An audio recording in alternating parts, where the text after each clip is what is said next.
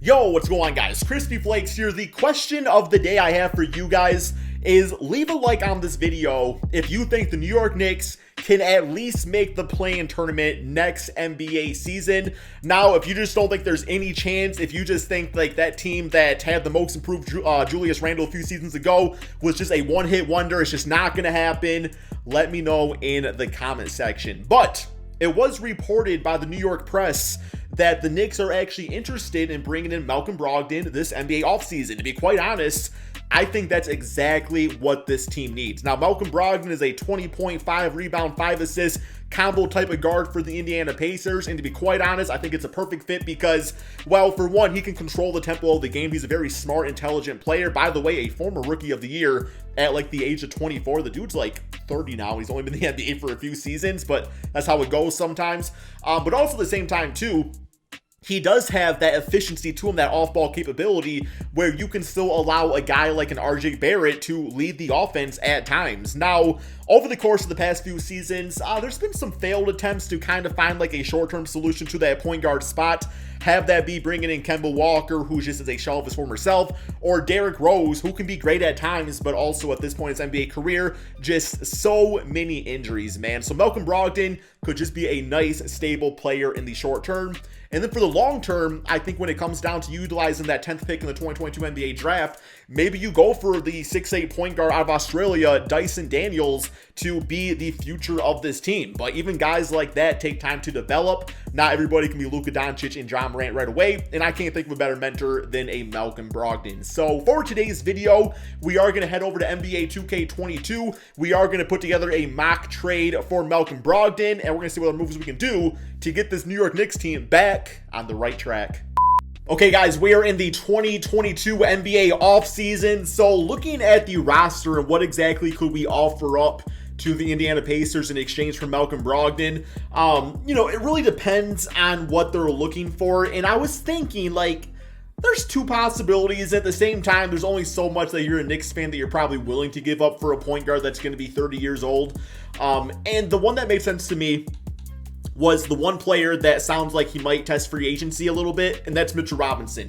So what we're going to do here is we're going to do a sign trade of Mitchell Robinson over to the Pacers. And obviously the agreement right here would be that Mitchell Robinson gets the contract money that matches Malcolm Brogdon.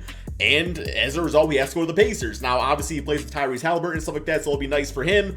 But also, I love the idea of Mitch Robinson at the 5 spot with Miles Turner at the 4, stretching the floor out a little bit because you like shooting threes and stuff. And defensively, man, very, very scary, right?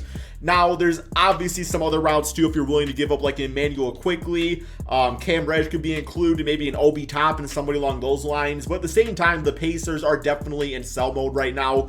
And they would be happy just to get out of Malcolm Brogdon's, veteran contract and giving that money to a 24-year-old promising defensive center. And Mitch Robinson might just do the trick, right? Now, if you guys have a better trade, obviously let me know in the comment section below because I am not the GM of either teams. But let's go to the proposed trade and try this one out. I feel like it just spit everywhere, man.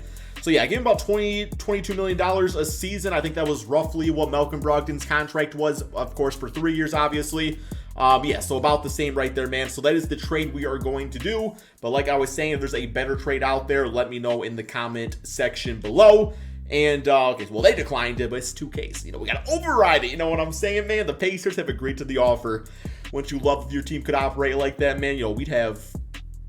Nah, I still keep my Pistons starting 5. I don't want none of y'all superstars, man. We ain't built like that. Built via bad draft choices and stuff, but it's been good in recent years, man. It's been good in recent years. Okay, so let's all ready to go with that. And instantly add it to the roster. And I'm thinking shooting guard, point guard. We'll see how the draft goes, because next up we are going to do the NBA draft here.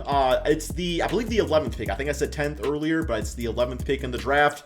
And let's see who's actually going to be available here, man, because that's going to depend on what position Brogdon plays, in my opinion. So we got 12 trade offers. Let's test them out, see what it's all about. Lonzo, Javonte Green.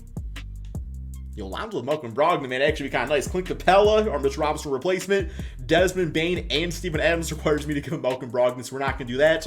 We're going to draft a player, like, straight up, man. Like, a lot of good, solid trades here, but we are going to draft a player, man. So, let's go ahead and grab up who we got available. All right, so we got Sokin, we got Dieng right here. Oh, yo, was the man... Oh, goodness. Oh, man's gone. Dyson Daniels is who I was actually really heavily considering here, man. Okay, he is not... Yo, who took him? Who took him? Let's go to the draft summary. Daniels ended up going to the... Is he just garbage and nobody took him? Is that a possibility? Yo, that could just be the possibility here, man. All right, I got to find this dude because that is who I want on the team. Okay, Dyson Daniels, some damn D's, bro. We got D's up in here, baby.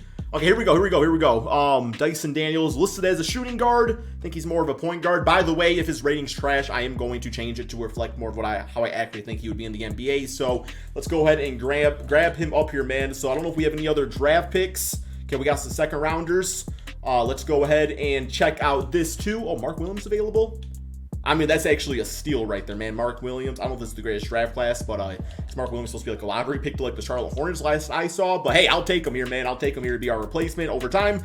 Rookie signings. Okay, rating-wise, I'm actually happy with both of that. That's actually really good. Okay, perfect, actually.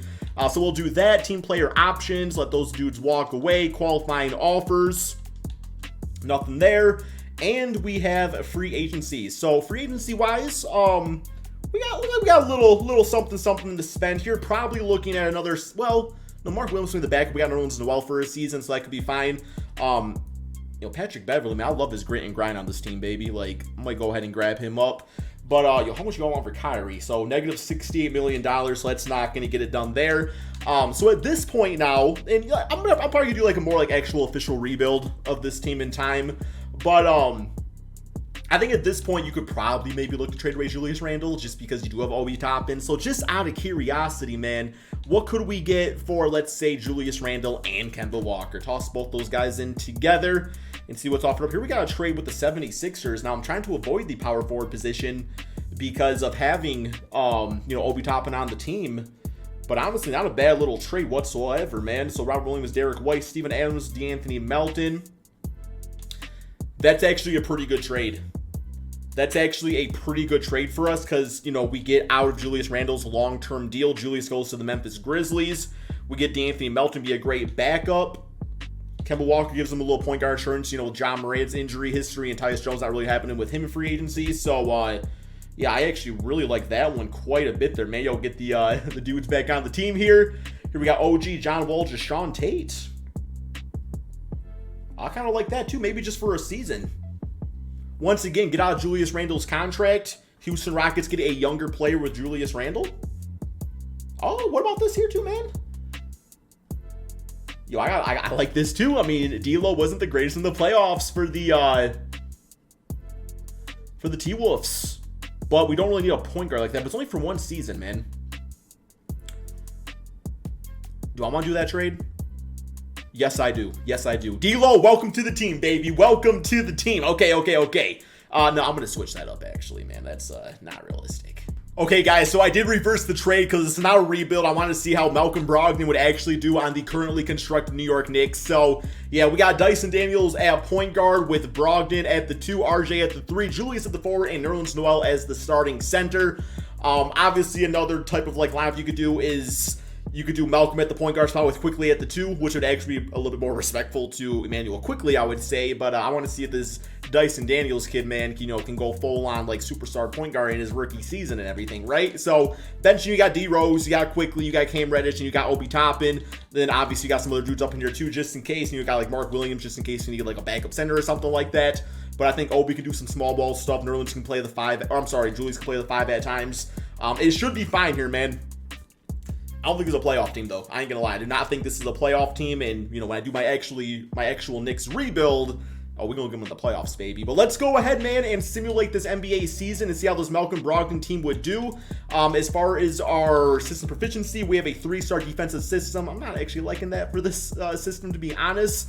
Let's go with 7 second, man. Let's simulate this season and see what happens. Okay, guys, so we have this Knicks team finishing 3rd in the Eastern Conference, but 9th in the power ranking, which shows me that it's a very, very close NBA season. one more game against the Cavaliers, and 50 wins, man. I don't know if the Knicks would be all that, but then again, you know, when Julius Randle won that most improved player, hey, I didn't expect that either. So anything can happen at any time. We got Luka MVP averaging almost 40 points a game. Come on now, 2K. Jabari Smith as Rookie of the Year. Ben Simmons as sixth man. Giannis' defensive player. Tyrese as most improved. And we got Mike Malone as Coach of the Year. All-NBA first, All-NBA second, and All-NBA third. So none of our players making that. But that is okay as we are fourth in the conference. Let's go to these player stats on the season here, guys. So we got RJ, 19.6 rebounds, 4 assists. I think RJ's going to average 25 points a game next season, man. I really do. We got Julius at 18, 10, and 6. Brogdon at 16, 4, and 6, man. So instantly becoming a scoring threat and a playmaking threat on the team. And then we got the rookie point guard, Dyson Daniels, getting 14 points, 6 rebounds, and 5 assists per game. If he is doing that, that could definitely make a running for Rookie of the Year, especially being help bring this Knicks team back. And then quickly, D Rose, Cam Reddish, you know, big 3 off our bench right there. Obi Toppin, man, I feel so bad for Obi. I see so much potential with him. Like, he's gonna be 25 next season, and what was he, like the 4th pick in the draft, 6th pick, something like that? And he just stuck behind Julius Randle, man. I don't like it. Like, I want to see him have an opportunity to be able to like break out and everything, but I don't know. Maybe you trade him. Maybe you trade Obi Toppin for Malcolm Brogdon, and you know, you see what happens there. But let's go ahead and simulate these playoffs, simulate the play-in tournament. So Pacers actually made the playoffs. Let's go ahead and simulate against the 76ers. Not expecting to get past them, but I wasn't expecting 4th place either. Okay, we got them 4 games to 1, man. I guess anything's possible. 22, 4, and 5 for Malcolm Brogdon. 25 for James Harden. Next up, we got the Celtics, number 1 seed, simulate. Oh, I guess we're going to do the whole playoffs. Okay, well, I expected to get eliminated anyway, so that's quite all right with me.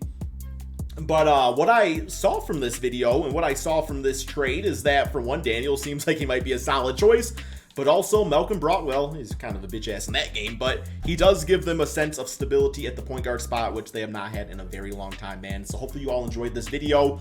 Be sure to drop that like, subscribe if you're new to the channel, and peace out, my friends.